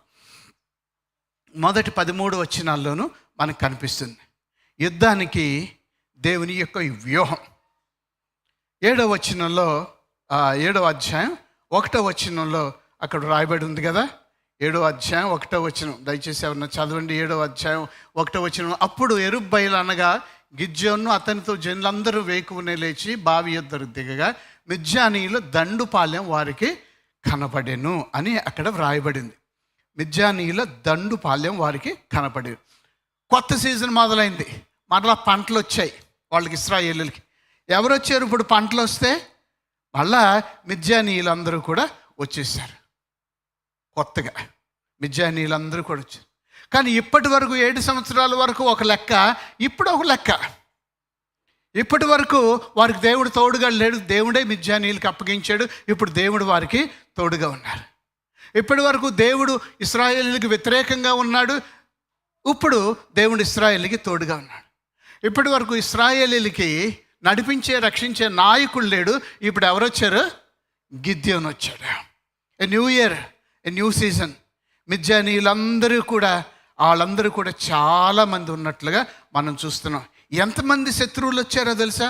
12వ వచనంలో ఉంటుంది చూడండి. 12వ వచనంలో రాయబడి ఉంది అక్కడ. 7వ అధ్యాయం 12వ వచనంలో మిద్యానీయులు, అమాలేకీలు, తూర్పువారును లెక్కకు ఎంతమంది ఉన్నారంట? మిడతల వలె మైదానంలో పరుండి ఉండిరి, వారి ఒంటెలు సముద్ర తీరమునందున్న ఇసుక రేణువుల కంటే లెక్కలేనివై ఉండెను. ఎంతమంది శత్రువులు వచ్చారో తెలుసా? కరెక్ట్గా దీనికి జవాబు కావాలంటే 8వ అధ్యాయం 10వ వచనంలో మనకు కనిపిస్తుంది. ఇప్పుడు చదవద్దు అది. 135,000 మంది మిద్యానీయులు వచ్చారు. ఈ లెక్కలు నెంబర్స్ కాస్త గుర్తుంచుకోండి, దీంట్లో పనుంది. ఇప్పుడు ఎంతమంది మిద్యానీయులు వచ్చారు? ఇశ్రాయేలు యొక్క పంటను తీసుకువెళ్ళటానికి 135,000 మంది మిద్యానీయులు ప్రజలు ఉన్నారు. అవి కాకుండా వీళ్ళు సంపద అంతా కూడా దోచుకు వెళ్ళటానికి చాలా ఒంటెలు అవన్నీ కూడా చాలా వచ్చినాయి. అది పంటకాలం, హార్వెస్ట్ సీజన్ అంతా కూడా ఇశ్రాయేలీయులు పంట అంతా కూడా తీసుకువెళ్తే వీళ్ళు తినటానికి గోధుమలు ఏమీ కూడా ఉండవు. 135,000 మంది ఉన్నారు. గిద్యోను ఉన్నాడు, దేవుడు ఎన్నుకున్నాడు. సరే, ఇప్పుడు 7వ అధ్యాయం 3వ వచనంలోనికి వెళితే దేవుడు గిద్యోనుతో అంటున్నాడు, ఇదిగో గిద్యోను కొంతమంది సైన్యాన్ని సిద్ధపరచుకున్న తర్వాత 3వ వచనంలో 7వ అధ్యాయం అంటున్నాడు, కాబట్టి నీవు ఎవడు భయపడి వణుకుచున్నాడో వాడి త్వరపడి గిలాదు కొండ విడిచి త్వరగా ఇంటికి వెళ్ళవలేనని చెప్పగా, అప్పుడు జనుల్లో నుండి 22,000 మంది తిరిగి వెళ్ళిపోయిరి. 4వ వచనం 10,000 మంది నిలిచి ఉండగా. గిద్యోను సైన్యం ఎంత? మొత్తం 32,000 మంది. 32లో దేవుడు అంటున్నాడు కదా, ఇదిగో ఎవరు భయపడుతున్నారో యుద్ధానికి వెళ్ళటానికి వాళ్ళని పంపించే అన్నాడు. పంపించేస్తే ఎంతమంది వెళ్ళిపోయారు చెప్పాలి లెక్కలు. 22,000 మంది వెళ్ళిపోయారు. ఎంతమంది మిగిలారు? 10,000 మంది మిగిలారు. శత్రు సైన్యం ఎంత? 135,000. మీకు నెంబర్స్ గుర్తు లేకపోతే డబ్బులు అనుకోండి, గుర్తుంటుంది మీకు. 135,000 మంది వాళ్ళ సైన్యం. ఇప్పుడు 32 దేవుడు అంటున్నాడు, లేదు వాళ్ళని పంపించేసేయి, భయపడే వాళ్ళందరినీ వెళ్ళిపోమని చెప్పంటే వెళ్ళిపోతే 32,000లో ఎంతమంది మిగిలారు? 10,000 మంది మిగిలారు. 7వ అధ్యాయం 5 నుంచి 7వ వచనంలోనికి వెళితే, అప్పుడు నీళ్ల యొద్దకు ఆ జనమును దిగజేసినప్పుడు యెహోవా కుక్క గతుకున్నట్లు తన నీళ్లను కలిగిన ప్రతివానిని, త్రాగుటకు మోకాళ్ళూని కుంగిన ప్రతివాన్ని వేరుగా ఉంచమని గిద్యోనుతో చెప్పగా, నోటి చేతికి అందించుకుని గతికిన వారి లెక్క 300 మంది, మిగిలిన జనులందరూ నీళ్లు తాగుటకు మోకాళ్ళు. ఎంతమంది ఉన్నారు ఇప్పుడు? 10,000 మంది ఉన్నారు. పెట్టమ్మా, 10,000 మంది ఉన్నారు. చార్ట్ ఉంది, పెట్టు. Step number 2. స్టెప్ నెంబర్ 1లో 32,000 మంది నుంచి ఎంతమందికి వచ్చారు? 10,000 మంది. 10,000లో దేవుడు అంటున్నాడు, వీళ్ళందరినీ ఆ నది దగ్గరికి తీసుకువెళ్ళి నీళ్ళు ఎలా తాగుతారో చూడమన్నాడు. నీళ్ళు ఎలా తాగుతారో చూడమంటే 9,700 మంది ఏం చేశారంటే కుక్క గతుకున్నట్టు నీళ్లు తాగారంట. అంటే ఏంటి? కింద కొంగుని 4తోనే కదా కుక్క తాగేది. మీకు వచ్చా? వద్దులేండి, ప్రయోగం వద్దులేండి. ఇప్పుడు కుక్క గతుకున్నట్లు అలా కింద కొంగుని, శత్రు వెంక ఎవరు వెంక చూడలేదు, తాగారండి. 300 మంది ఏం చేశారంటే చేత్తో నీళ్లు తీసుకుని అలా తాగారండి. దేవుడు అంటున్నాడంట, ఆ 9,700 మందిని పంపించేసే కుక్క గతికినట్టు తాగిన వాళ్ళని అని అంటే వాళ్ళందరూ వెళ్ళిపోయారు. వెళ్ళిపోతే ఎంతమంది మిగిలారు ఇప్పుడు? 300 మంది. దేవుని ప్రజలు ఎంతమంది అండి ఇప్పుడు? 300 మంది. దేవుడు తగ్గించేసాడు నెంబరు. 32,000 ఉండేవాళ్ళు. అబ్బే నాకు అవసరం లేదు అని చెప్పాడు. నాకు అవసరం లేదు. యుద్ధం చేసేది ఎవరో? నేను. యుద్ధం ఎలా చేయాలో నేనే వ్యూహకర్తను. ఎలా చేయాలో నేను ప్లాన్ వేస్తాను. నా ప్లాన్ బట్టి మీరు వెళ్ళండి. మనం అనుకుంటాం వాళ్ళు 135,000 మంది ఉన్నారు, మనకి ఎంతమంది కావాలి? 2 లక్షలు కావాలి అని మనకుంటున్నాం. దేవుడు అంటున్నాడు, అబ్బే అంతమంది నాకు వద్దు. అంతమంది ఉంటే మీరు ఇదిగో నేనే యుద్ధం చేసి నేనే గెలిచానని మీకు అహం వచ్చేస్తుంది. కాబట్టి పంపించేయమంటే ఇప్పుడు ఎంతమంది వచ్చారు? 300 మంది వచ్చారు. ఎప్పుడు జ్ఞాపకం ఉంచుకోండి, దేవుని చేతిలో కొద్దిగా ఉంటే అది చాలా ఎక్కువ. దేవుని చేతిలో కొద్దిగా ఉంది. దేవుడు ఒక్కొక్కసారి కావాలని ఉద్దేశ్యపూర్వకంగా ఆయన ఏం చేస్తాడంటే మనకున్న రిసోర్సెస్, మన బలం, అర్ధబలం, అంగబలం, ఆ బలాలన్నీ తగ్గించేస్తూ ఉంటాడు. ఎందుకంటే ఆయన పని చేయటానికి మన బలం అంతా కూడా తగ్గిపోవాలి. నీకు డబ్బులు అవసరమైంది అనుకోండి, నా దగ్గర డబ్బులు ఉంటే పర్వాలేదులే అంటావు, వెళ్ళిపోతావు. డబ్బులు లేవు అనుకోండి, తక్కువైపోయినాయి అనుకోండి, అప్పుడు ఎవరి వైపు తిరుగుతావు? నీ రిసోర్సెస్ తక్కువైపోతే దేవుని వైపు తిరిగి, ప్రభా నువ్వు లేకపోతే నాకు దిక్కు లేదు అని మనం దేవుని చేతిలో పెడతాం. మనం రిసోర్సెస్ అన్ని మనకి ఖచ్చితంగా ఏం పర్వాలేదండి, నాకేం జరగదు అని అనుకున్నాం అనుకోండి, లేదు దేవుని మీద మనం ఆధారపడలేదు. అబ్బే నాకేం లేదు ప్రభువా, నేను ఖచ్చితంగా ముందుకు వెళ్ళలేను అని దేవుని మీద ఆధారపడితే అప్పుడు దేవుడు ఖచ్చితమైన స్థితిలోనికి మనల్ని తీసుకొస్తాడు. నువ్వెంత ఇన్సిగ్నిఫికెంట్ అయినా, గుర్తింపు లేని వాడివైనా లేకపోయినా, అది ఆ వ్యక్తి మనకున్నవి దేవుని చేతిలో ఉంటే అవి గొప్ప. ఎందుకు దేవుడు తగ్గించేశాడో తెలుసా? మీకు తగ్గించేశాడో తెలుసా? చెప్తాను ఎందుకు తగ్గించేశాడు అంటే, 2వ వచనం చూడండి, 7వ అధ్యాయం 2వ వచనం. పైకి వెళ్దాం. యెహోవా నీతోనున్న జనులు ఎక్కువ మంది, నేను వారి చేతికి మిద్యానీయులను అప్పగింప తగదు. నేను ఇవ్వను. ఎంతమంది ఉన్నారు? 32,000 మంది ఉన్నారు. నేను ఇవ్వను. ఇశ్రాయేలీలు నా బాహుబలము నాకు రక్షణ కలగజేసిన అనుకుని నా మీదే అతిశయిస్తారు. 32,000తో మేము యుద్ధం చేస్తే, మేము యుద్ధం చేసాం 32,000 మంది 135,000తో మేము గెలిచాం అని మీరందరూ కాళ్ళు ఎత్తుకుంటారు. కాబట్టి నేను ఇవ్వను అని తెలియజేశాడు దేవుడు. అప్పుడు 7వ వచనాన్ని బట్టి మనకి ఎంతమంది ఉంటారు? 300 మంది మనకుంటారు. ఒక విషయం నేను మీకు చెప్పాలి. ఇక్కడ యుద్ధము అలాగే మహిమ రెండూ కూడా దేవునికి చెందినటువంటివే. జాగ్రత్తగా వినండి మాటలు. యుద్ధము, మహిమ. యుద్ధం ఎవరిది? యెహోవాది. ప్లాన్ ఎవరిది? యెహోవాది. యుద్ధంలో విజయం ఇచ్చేది ఎవరిది? యెహోవాది. తర్వాత యుద్ధంలో గెలిచిన తర్వాత మహిమ రావాల్సింది ఎవరికి? యెహోవాకి, దేవునికే రావాలి. 32,000 మంది ఉన్నారనుకోండి, నేను ఇవ్వను, ఎందుకంటే ఇస్తే మేమే గెలిచామనుకుంటారు. కానీ గెలిపించేది ఎవరు? నేను. నా మహిమ నేను వేరే వాళ్ళకి ఇవ్వను. నేను వేరే వాళ్ళకి ఇవ్వను.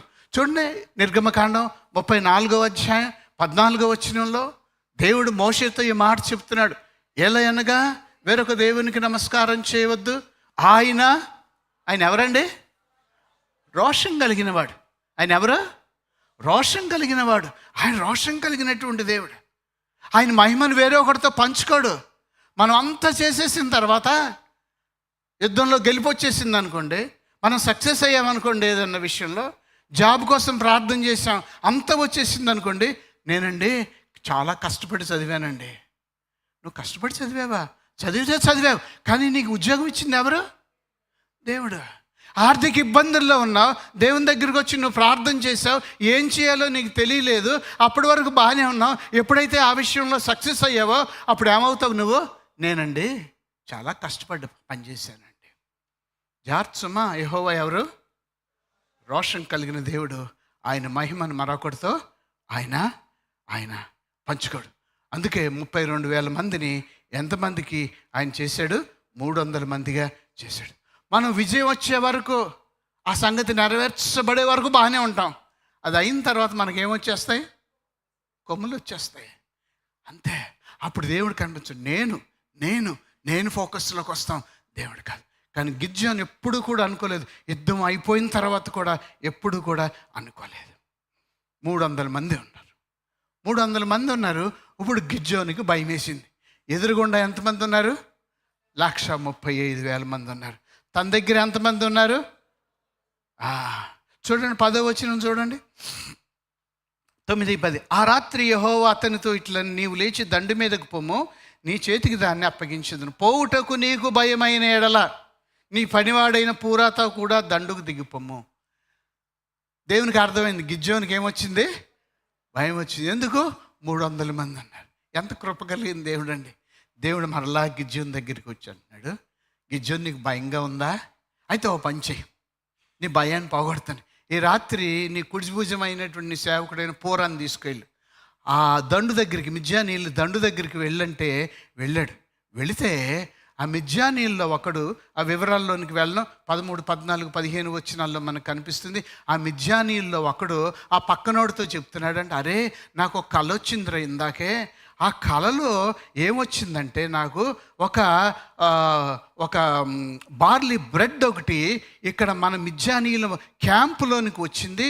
వచ్చినప్పుడు ఆ బ్రెడ్ ముక్క ఏం చేసిందంటే ఆ క్యాంప్ అంతటినీ కూడా దొర్లించేసింది అని చెప్తే, ఆ పక్కనోడు చెప్తున్నాడంట, దానికి ఇంటర్ప్రిటేషన్ ఇస్తున్నాడు. అరే ఆ బార్లీ బ్రెడ్ ఎవరో తెలుసా? గిద్యోను, దేవుడు గిద్యోను పంపించాడు, పంపించి మన సైన్యాన్ని అంతటినీ కూడా నాశనం చేశాడు రా, నాశనం చేస్తున్నాడని చెప్పాడు.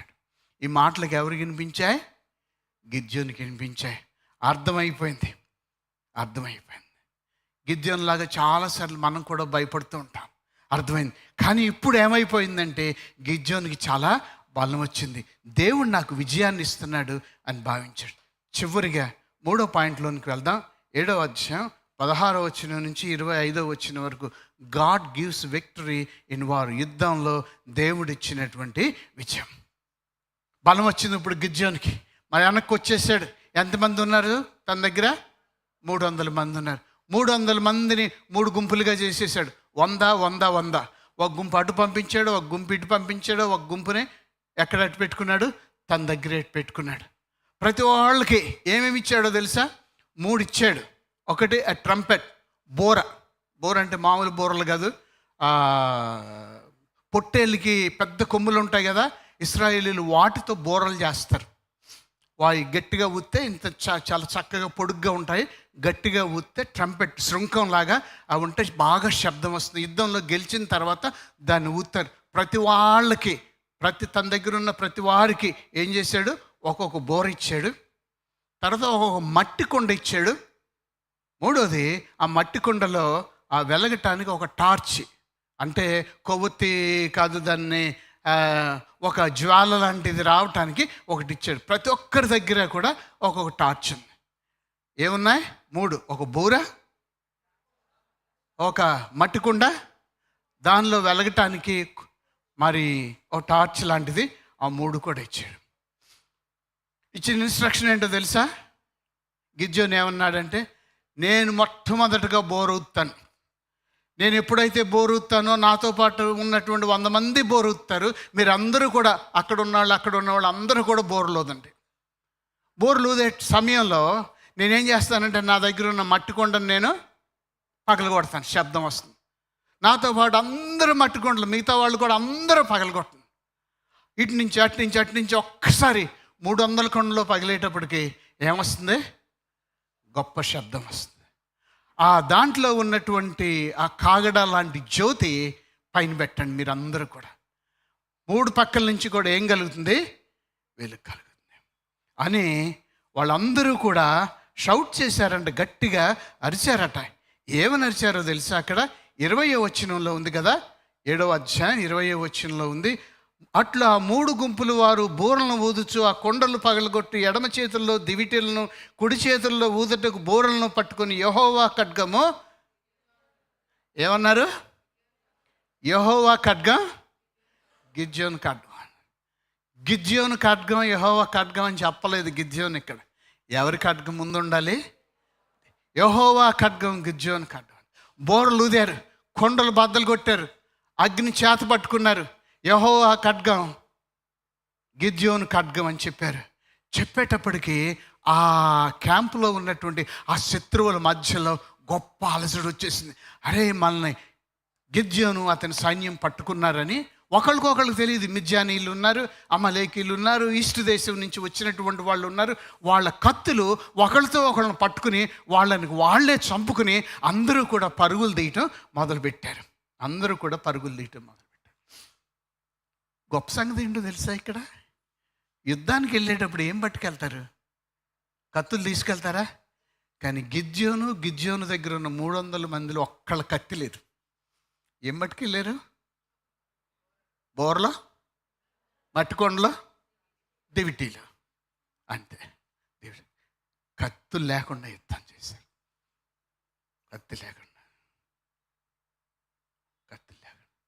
వాళ్ళందరికీ వాళ్ళే చంపుకున్నారు శత్రువులు. పారిపోయారు కొంతమంది.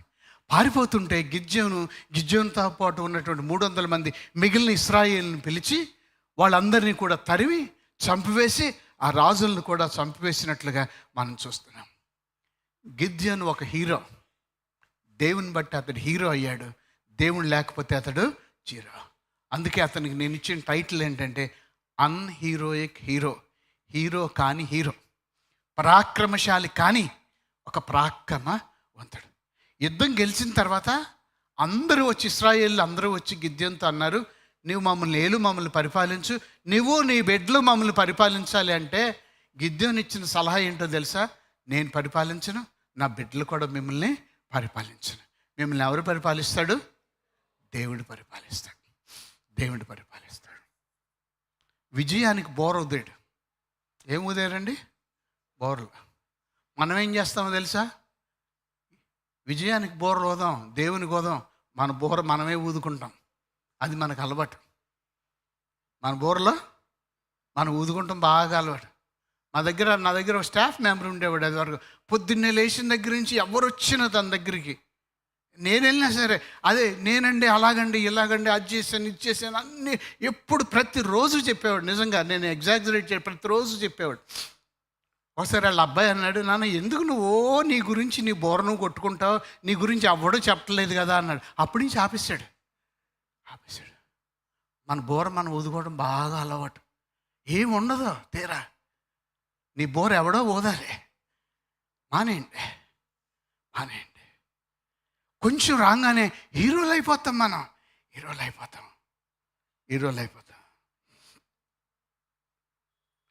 ఇశ్రాయేలీలు యుద్ధాలు చేశారు, గెలిచారు. యుద్ధాలు చేయకుండాను గెలిచారు. యుద్ధం చేసి గెలిచినా దేవుడిచ్చాడు విజయం, యుద్ధం చేయకుండా గెలిచినా దేవుడిచ్చాడు విజయం. ఐగుప్తు దేశాన్ని వదిలేసేటప్పుడు ఐగుప్తు సైన్యం అంతా ఎర్ర సముద్రంలో ఏమైపోయారు? నాశనం అయిపోయారు. యుద్ధం చేశారా ఇశ్రాయేలీలు? లేదు. యుద్ధం ఎవరిది? యెహోవాది. 40 సంవత్సరాలు ప్రయాణం చేశారు. ఇప్పుడు కానాను దేశంలోనికి వెళ్ళిపోతున్నారు. వెళ్ళిపోయే ముందు వచ్చినటువంటి దేశం ఏది? యోర్దాను దాటుతున్నారు. దాటిపోయే ముందు వచ్చిన దేశం ఏది? ఎరికో దేశం వచ్చింది. దేవుడు అన్నాడు, మీరు ఏం యుద్ధం చేయొద్దు. ఏమన్నాడు? ఎరికో చుట్టూ ఎన్నిసార్లు నడవమన్నాడు? 7 సార్లు నడవమన్నాడు. మొదటి రోజు నడిచారు. పైన గోడల మీద శత్రువులు ఉన్నారు, ఎరికో వాసులు చూస్తున్నారు. వెళ్ళిపోయారు. ఒక రోజు నడిచి వాళ్ళందరూ అనుకుంటున్నారు ఏం చేయలేకపోయారు, మనల్ని సంబరపడుతున్నారు. రెండో రోజు వచ్చారు, నడిచారు. అబ్బాయి ఏం చేయలేకపోయారు, వాళ్ళు అందరినీ చంపవచ్చు, మనల్ని చంపలేరు అనుకున్నారు. మూడో రోజు వచ్చారు, తిరిగారు. అబ్బే వాళ్ళ వలన ఏమి కాదు, మన దగ్గరికి రావడం, వెళ్ళిపోయారు అన్నారు. 4వ రోజు వచ్చారు, తిరిగారు, వెళ్ళిపోయారు. వాళ్ళు లోపల సంబరాలు చేసుకుంటున్నారు, వాళ్ళ వలన ఏమీ కాదురా అని. 5వ రోజు వచ్చారు, 6వ రోజు వచ్చారు. అబ్బా వచ్చారు, వెళ్ళారు, ఎందుకు పనికిరారు అనుకుంటున్నారు. 7వ రోజు వచ్చారు, ఒక రౌండ్ వేశారు. ఏమవలా? 2 రౌండ్లు వేశారు. ఇదేంటి వాళ్ళు కొత్తగా రౌండ్లు వేస్తున్నారు అనుకున్నారు. 6 రౌండ్లు అయిపోయినాయి, ఏం అవ్వలేదు. 7వ రౌండ్ కంప్లీట్ అయ్యేటప్పటికి ఆ ఎరికో డబుల్ వాల్స్ ఏమైపోయినాయి? పైనుంచి కింద వరకు పడిపోయాయి. ఎవరు యుద్ధం చేశారు? ప్రారంభంలో ఐగుప్తీలతో యుద్ధం చేసింది యెహోవా, చివరిలో ఎరికో వాళ్ళతో యుద్ధం చేసింది యెహోవా. మన పక్షాన్ని నిలబడి యుద్ధం చేసేది యెహోవా. నీకు ఎంత ఉన్నది అని కాదు, యెహోవా నీకు, దేవుడు నీకు తోడుగా ఉన్నాడా లేదా అనేది ముఖ్యం. నీకు ఏమి లేనిది అనేది ముఖ్యం కాదు. నువ్వెంత చిన్నవాడివి, నువ్వెంత పనికిమాలిన వాడివి, నీకు ఎంత తెలివితేటలు లేదు అనేది ముఖ్యం, ఎంత జ్ఞానం లేదు అనేది ముఖ్యం కాదు, నీకు దగ్గర డబ్బులు లేవు అనేది ముఖ్యం కాదు, అదేమి ముఖ్యం కాదు. యెహోవా దేవుడు నీకు తోడుగా ఉన్నాడా లేదా అనేదే ముఖ్యం. అప్పుడు దేవుడు మన కోసం ఆయనే బోరొత్తాడు, ఆయనే విజయం తెస్తాడు. అలాంటి గొప్ప వ్యక్తుల్లాగా ఉండాలని. చివరిగా మన ఆరాధన ఎప్పుడు దేవునికి మాత్రమే. దేవుడు మనకు ఒక మాట చెప్పి దాన్ని తీసేయమంటే ఆ బలిపీఠాన్ని, ఏ విషయంలో అయితే మనం లోబడట్లేదో ఆ విషయాన్ని అది బద్దలు కొడితే అది నిజమైన ఆరాధనగా మిగిలిపోతుంది. ప్రార్థన చేద్దాం. పరిశుద్ధుడు అయిన దేవా, మీకు వందనాలు, కృతజ్ఞతలు, స్తుతులు చెల్లిస్తూ ఈ ఉదయకాలంలో మేమందరం కూడా మీ సన్నిధానంలోనికి వస్తూ మిమ్మల్ని ఆరాధిస్తున్నాం. మీకోసం ప్రభువా, గిద్యోను వలె మీ మాటకు లోబడి నిజమైన మీకు మాత్రమే ఆరాధన చేస్తూ, మీ బలిపీఠానికి మాత్రమే ఆరాధన చేస్తూ, మీకు మాత్రమే ఆరాధన చేస్తూ, మిగతా బలిపీఠాలు మా జీవితంలో మేము ఏర్పరచుకోనకుండా మమ్మల్ని చేసి కాపాడమని మీకే సమస్తమైన మహిమ ఘనత ఇస్తూ యేసుక్రీస్తు వారి పరిశుద్ధ నామములో ప్రార్థిస్తున్నాం తండ్రి.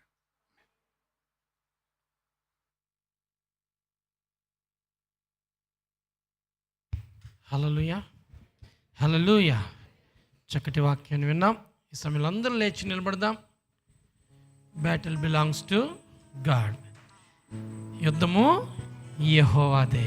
అటువంటి గొప్ప దేవుణ్ణి మనము స్తుతిస్తూ ఆరాధిస్తూ మన దశమ భాగాలను, మన కానుకలను, ప్రథమ ఫలాలను, కృతజ్ఞతార్పణలు అర్పించి ఆయన రాజ్య వ్యాప్తి కొరకే ముందుకు కొనసాగుదాం.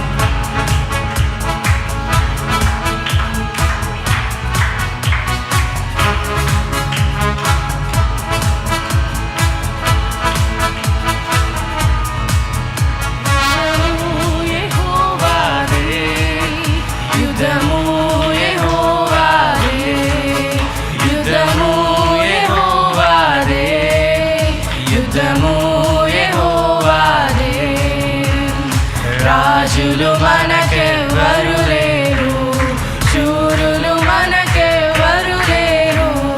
రాజులు మనకెవ్వరు లేరు, శూరులు మనకెవ్వరు లేరు. సైన్యములకు అధిపతి అయిన యెహోవా మన అండ. సైన్యములకు అధిపతి అయిన యెహోవా మన అండ. యుద్ధము యెహోవాదే, యుద్ధము యెహోవాదే, యుద్ధము యెహోవాదే, యుద్ధము యెహోవాదే. వ్యాధులు మనలను పడద్రోసిన, బాధలు మనలను కృంగదీసిన. వ్యాధులు మనలను పడద్రోసిన, బాధలు మనలను కృంగదీసిన. విశ్వాసమునకు కర్తయైన యేసయ్యా మన అండ. విశ్వాసమునకు కర్తయైన యేసయ్యా మన అండ. యుద్ధము యెహోవాదే, యుద్ధము యెహోవాదే, యుద్ధము యెహోవాదే, యుద్ధము యెహోవాదే. ఎరికో గోడలు ముందున్న, ఎర్ర సముద్రము ఎదురైన. ఎరికో గోడలు ముందున్న, ఎర్ర సముద్రము ఎదురైన. అద్భుత దేవుడు మనకుండా, భయమేలా మనకింకా. అద్భుత దేవుడు మనకుండా, భయమేలా మనకింకా. యుద్ధము యెహోవాదే, యుద్ధము యెహోవాదే, యుద్ధము యెహోవాదే, యుద్ధము యెహోవాదే. అపవాది అయిన సాతాను గర్జించు సింహము వలె వచ్చిన. అపవాది అయిన సాతాను గర్జించు సింహము వలె వచ్చిన. యూదా గోత్రపు సింహమైన యేసయ్యా మన అండ. యూదా గోత్రపు సింహమైన యేసయ్యా మన అండ.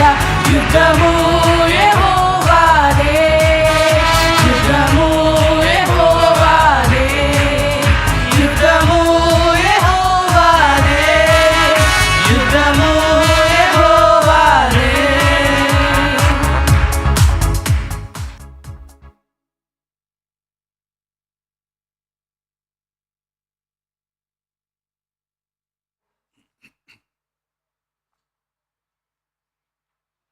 ప్రార్థన చేద్దాం.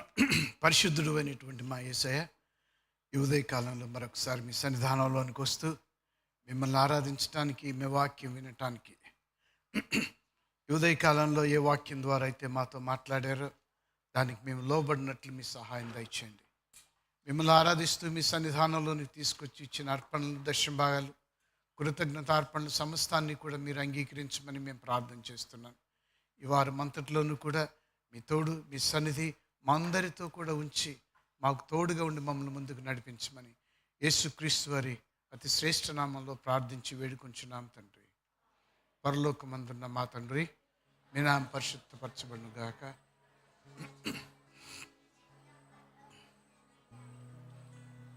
మా అనుదిన ఆహారం మాకు దయచేయండి. అరుణాసనం